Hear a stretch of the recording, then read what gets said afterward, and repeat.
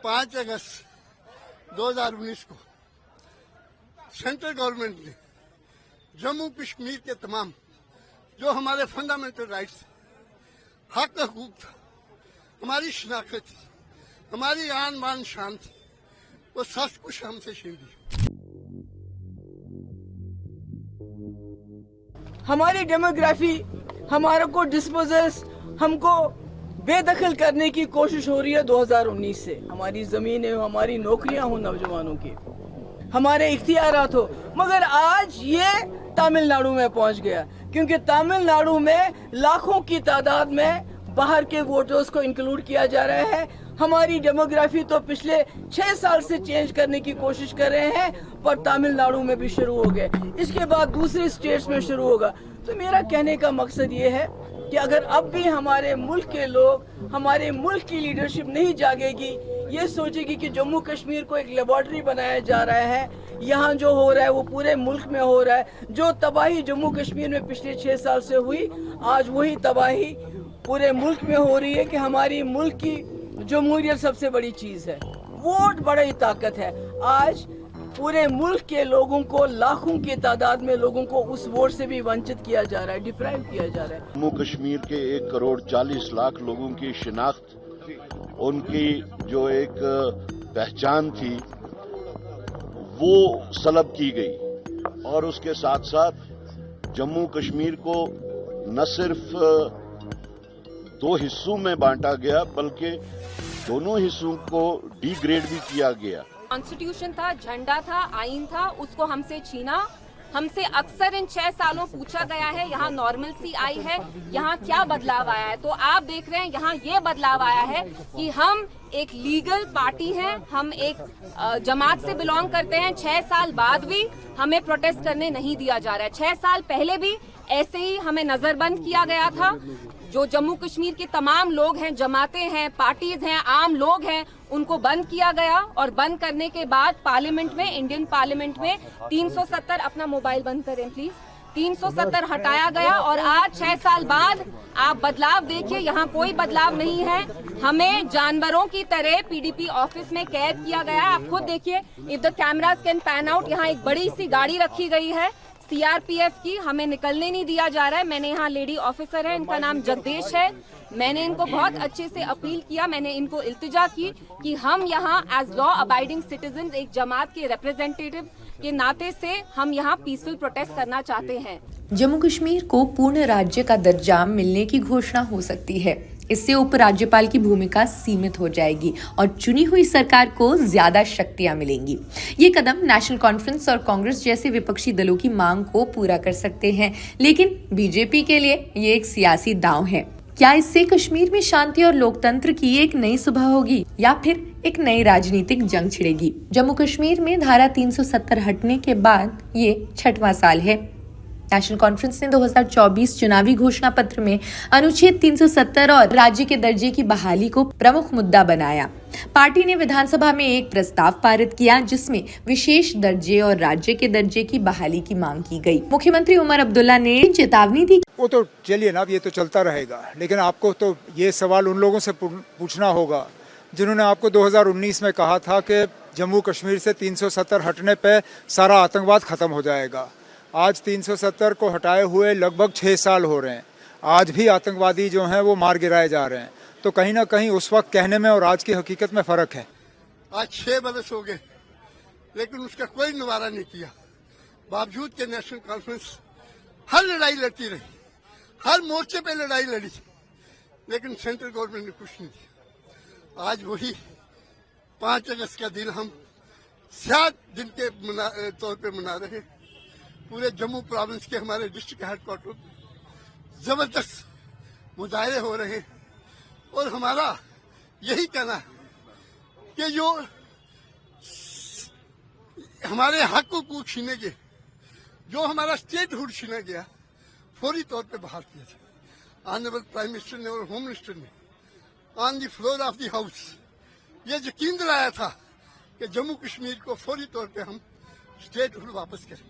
कैसर Jamshed loan ने भी अप्रैल 2025 में एक प्रस्ताव पेश करने की योजना बनाई। इसमें केंद्र से तत्काल राज्य का दर्जा बहाल करने का आग्रह किया जाएगा। वहीं कांग्रेस ने भी इस मुद्दे पर अपनी मुहिम तेज कर दी है। जम्मू कश्मीर प्रदेश कांग्रेस कमेटी JKPCC के अध्यक्ष तारिक हमीद कर्रा ने कहा, जहां तक 5 अगस्त 2019 का ताल्लुक है, उस दिन जम्मू कश्मीर के 1 करोड़ 40 लाख लोगों की शिनाख्त, उनकी जो एक पहचान थी, वो सलब की गई।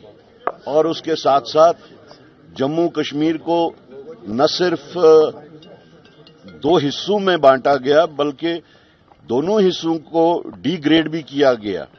तो ये किसी भी सूरत में जम्मू कश्मीर के लोगों के वास्ते जश्न का मौका नहीं है। ये हमारे वास्ते, जम्मू कश्मीर के लोगों के वास्ते, 1 करोड़ 40 लाख लोगों के वास्ते एक मातम का दिन है, वावेला का दिन है। और वही दिन हम इंडियन नेशनल कांग्रेस जम्मू कश्मीर के तमाम 20 अजला में आज मना रहे हैं। कांग्रेस नेता राहुल गांधी और मल्लिकार्जुन खड़गे ने प्रधानमंत्री मोदी को पत्र लिखकर मॉनसून सत्र में राज्य का दर्जा बहाल करने के लिए विधेयक लाने की मांग की। ये उल्लेख करते हुए कि केंद्र ने 2019 में किए गए वादे को पूरा नहीं किया। खड़गे ने कहा, जम्मू कश्मीर के लोगों का पूर्ण राज्य का दर्जा उनका संवैधानिक अधिकार है। मोदी सरकार ने इस मामले में विश्वासघात किया। कांग्रेस ने यह भी स्पष्ट किया, जब तक पूर्ण राज्य का दर्जा बहाल नहीं होता, वो जम्मू कश्मीर में गठबंधन सरकार की कैबिनेट में शामिल नहीं होगी। फारूक अब्दुल्ला ने केंद्र से राज्यसभा की 4 सीटों और 2 खाली विधानसभा सीटों यानी नगरोटा और बडगाम के लिए चुनाव कराने की मांग कर दी। ये सवाल उठाते हुए कि केंद्र जम्मू कश्मीर को इन अधिकारों से क्यों वंचित रख रहा है। बीजेपी जो भी कहती रहती है, ट्रंप भी चिल्लाता रहता है कि मैंने पीस करवाया। आज हमें 25% उन्होंने लगा रखा है टैरिफ, और फिर पेनल्टी भी लगा रखी है। क्या लगता है विदेश नीति? मैं आपसे कहूंगा, हमारी बर्बादी का सामान तैयार हो रहा है। हमारे इंडस्ट्रियलिस्ट सब भाग रहे हैं, वो दुबई से काम करेंगे। हमारे लोग पहले ही बेकार हैं और बेकारी बढ़ जाएगी।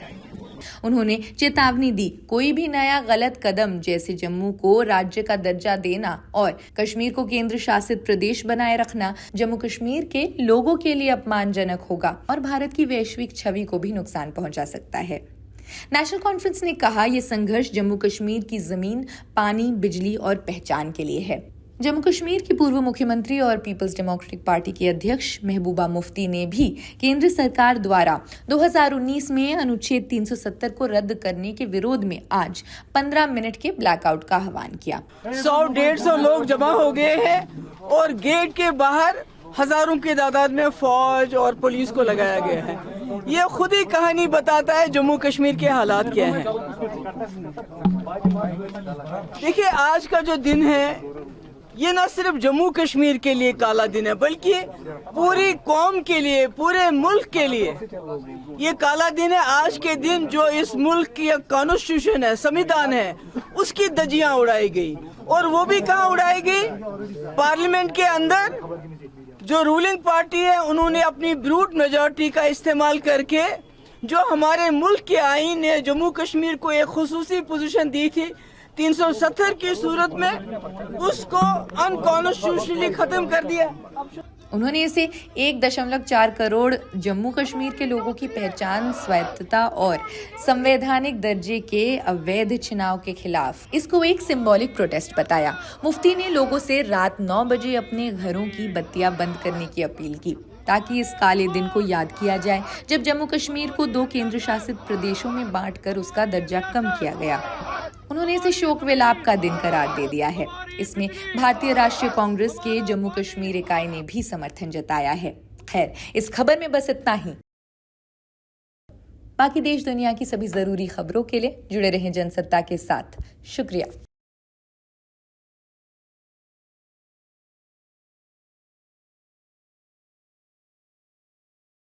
मैं मुल्क के लोगों से बताना चाहती हूँ, अल्लाह ताला गवाह है, आपका हाल इससे भी बदतर हो जाएगा। मगर उस वक्त आपको बचाने वाला कोई नहीं आएगा, क्योंकि आप हमको बचाने के लिए नहीं आ रहे हो। हमारे ऊपर जुल्म हो रहा है, सितम हो रहा है। आज हमारे वर्कर 100-200 जमा हो गए, सड़क पे निकलना चाहते थे, निकलने नहीं दिया। दम घुटता है और कहते हैं यहाँ सब चंगा है, यहाँ सब हालात ठीक है। ये हालात ठीक है? गेट पे ताला लगाते हो आप, पूरी अपनी फौज बाहर खड़ी कर दी है। तो मेरा यही कहने का मकसद है कि जो आपने 2019 में हमारे साथ किया और लोग तमाशे देखते रहे, आज आहिस्ता आहिस्ता वो पूरे मुल्क में हो रहा है। हमारी डेमोक्रेसी को खतरा है, क्योंकि जब आप लाखों लोगों को वोट देने से रोकोगे, डेमोक्रेसी खत्म, हमारा कॉन्स्टिट्यूशन खत्म। आप ऐसे कानून रोज लाते हैं जिनका कॉन्स्टिट्यूशन में कोई जगह ही नहीं है। आपने हमारी जुडिशरी को सबवर्ट किया, मीडिया को गोदी मीडिया बनाया। तो अब रहा क्या हमारे पास? सबसे बड़ा इलेक्शन कमीशन ऑफ इंडिया माना जाता था, वो बिल्कुल इस वक्त बीजेपी के इशारों पे नाचता है। तो अब बचा ही क्या?